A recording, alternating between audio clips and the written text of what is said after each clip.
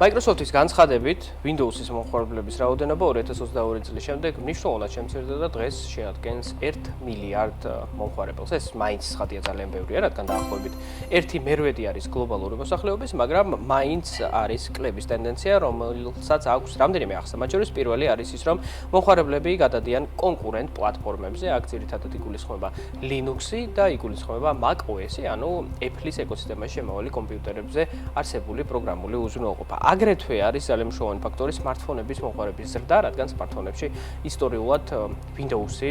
და Microsoft ზოგადად საკმაოდ მოიკოჭლებენ. მაშინ რატომ განვითარდა Linux-ი და Mac-ი და რატომ ირჩევენ მომხმარებლები უფრო და უფრო ხშირად ამ კომპანიების მიერ შეთავაზებულ პროდუქტებს? ამას აქვს რამდენიმე ახსნა. ერთი ის არის, რომ საჯარო სამსახურები ამერიკის შეერთებულ შტატებში არის, სადაც ხადია საუბარი. ძირითადად უფრო და უფრო ხშირად გადადიან Windows-იდან Linux-ზე, რადგან ეს მათთვის უფრო ხელსაყრელია, ისინი მათ ურჩევნიათ, რომ უფრო მეტი თავისუფლება ჰქონდეთ, რაც Linux-ის ერთ-ერთი დამახასიათებელია, ვიდრე ჰქონდეთ Windows-ით, ან Windows-მა ბოლო წლებში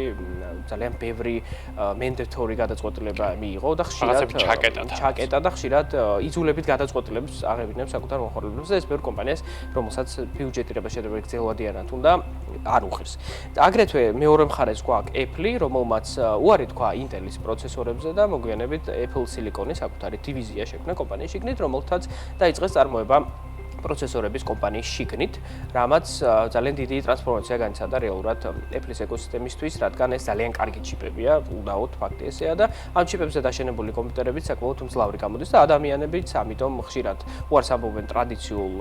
ლეპტოპების და კომპიუტერების წარმოებულ კომპანიებზე და უფრო ხშირად გადადიან Apple-ის კომპიუტერებზე, მათ შორის MacBook-ზე და Mac-ზე. კი, და ესენი არიან ძირითადად უფრო მეტად კერძო მომხმარებლები, რადგანაც კორპორაციულ დონეზე, რა თქმა უნდა, Mac-ის დანერგვა ჯერჯერობით წარმოუდგენელია ღირებულებიდან გამომდინარე, მაგრამ კერძო მომხმარებლებთან მიმართებით კიდევ ერთი საინტერესო დინამიკა იკვეთება. ახლა უკვე smartphone-ები იმდენად მძლავრები არიან და მათ შორის პლანშეტები, რომ კომპიუტერის გამოყენების რეალური არგუმენტი უკვე სულ უფრო ნაკლები რჩება და რეალურად მძლავრ smartphones ფაქტობრივად 90% შეუძლია იმ დავალების შესრულება, რასაც ერთდროს მხოლოდ პერსონალური კომპიუტერი აკეთებდა, იქნება ეს სამსახურის მიმართულებით, იქნება ეს დასვენების თუ გართობის მიმართულებითაც, მათ შორის უკვე თანამედროვე ფლაგმანურ smartphone-ებს შეუძლიათ უმძლავრესი კომპიუტერული და ვიდეო თამაშების გაშვებაც კი უშუალოდ smartphone-ის ფორმატში, ეს კი რა თქმა უნდა ამცირებს თავისი არსით Windows მოწყობილობებზე მოთხოვნას. ასევე ერთი მნიშვნელოვანი ფაქტორი ის არის, რომ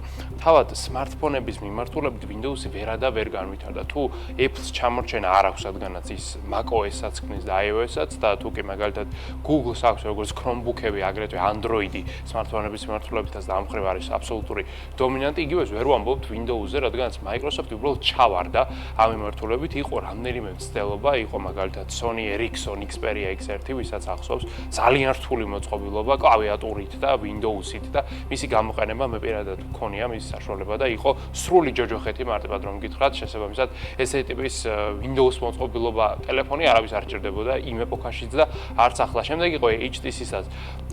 თანამშრომლობა, მანაც დიდად კარგი შედეგები ვერ გამოიღო და ბოლო უკვე ახსასრული smartphone-ების მიმართულებით Windows-ის ინტეგრაციისა, ეს იყო Nokia-სთან თანამშრომლობა, Nokia Lumia თუ გვახსოვს. ეს იყო ძალიან რთული ტელეფონი, რომელიც მარტივ დავალებასაც ასრულებდა 5 ნაბიჯის შემდეგ ეს მომხმარებლებს არ მოსწონდა და ამიტომაც Microsoft-მა გადაწყვიტა, რომ საბოლოოდ შეეშვას smartphone-ების ბაზარს, მაგრამ როგორც ჩანს გრძელვადაში ეს ნაბიჯი სწორი არ იყო, რადგანაც ახლა უკვე ხედავთ, რომ smartphone-ები უკვე ჭამენ კომპიუტერების ბაზარს და ეს ტენდენცია სულ უფრო მეტად ჩქარდება, რადგანაც smartphone-ების წარმატება იზრდება,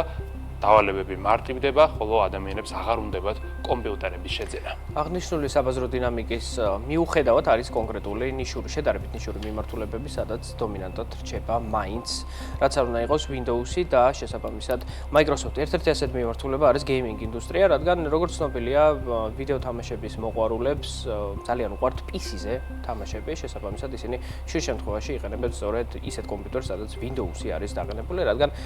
ბოლო წლებს თუ არ ჩავთვლით, მოგვიანებით Mac-ზე ეს უბრალოდ შეუძლებელი იყო ფაქტობრივად და ნუ ცხადია სხვა სისტემებიც არ არის Linux-ზე არავინ თამაშობს. ადაპტირებული, ხო, Linux-ი პროგრამისტებისთვის არის შექმნილი და არა მოთამაშეებისთვის და თან მთელი სისტემა და მთელი ინდუსტრია ამაზე იყო აწყობილი, რადგან PC-ზე ძალიან ბევრი ექსკლუზიური თამაში გამოდის, მათ შორის ასევე Xbox-იც Microsoft-ის საკუთრებაშია და ამ ბაზრის, ანუ კონსოლების ბაზრის, ნუ თითქმის ნახევარიც მაგაზე მოდის და ასევე Blizzard-ი თავისია უკვე ვიდეო თამაშებსაც თვითონ აკეთებს, ახლა უკვე Xbox-ის ბრენდის ქვეშ ხელში დასაჭერი მოწყობილობაც გამოუშვა, ანუ Mac სეგმენტზე აპრიორს განვითარებას და სწორედ ვიდეო თამაშები არის ის ძირითადი ნიშა, სადაც მაინც დომინანტად რჩება Windows-ი და ალბათ ეს ასეც იქნება მომდევნო დეკადების განმავლობაში. კი, რადგან საქცილებები დრამატული ბაზარზე არ ჩანს, თუ კი არ ჩავთვლით რაღაც PlayStation-ის სეგმენტის დას და აგრეთვე ხელში დასაჭერი მოწყობილობების ბაზრის წილის მატებას, მაგრამ იქაც საბოლოო ჯამში Windows-ია ჩაწერილი, ანუ მიმართულებით Windows ძალიან ძლიერია ჯერაც, მაგრამ აქ საინტერესო ის არის, რომ Windows-ის განახლებები აღარ არის ისეთი შთამბეჭდავი, როგორიც ადრე იყო, მაგალითად XP-დან 7-ზე გადასვლა იყო რევოლუციური, ანუ მომხმარებლების შესაძლებლობები გაათმაგდა ფაქტობრივად, თუმცა იგივე რამეს ვეღარ ვხედავთ ბოლო დროს 8-დან 10-ზე გადასვლა. თითქმის არავის შეუმჩნევია, 10-დან 11-ზე გადასვლა კი მომხმარებლებისთვის უფრო დამაბნეველია ვიდრე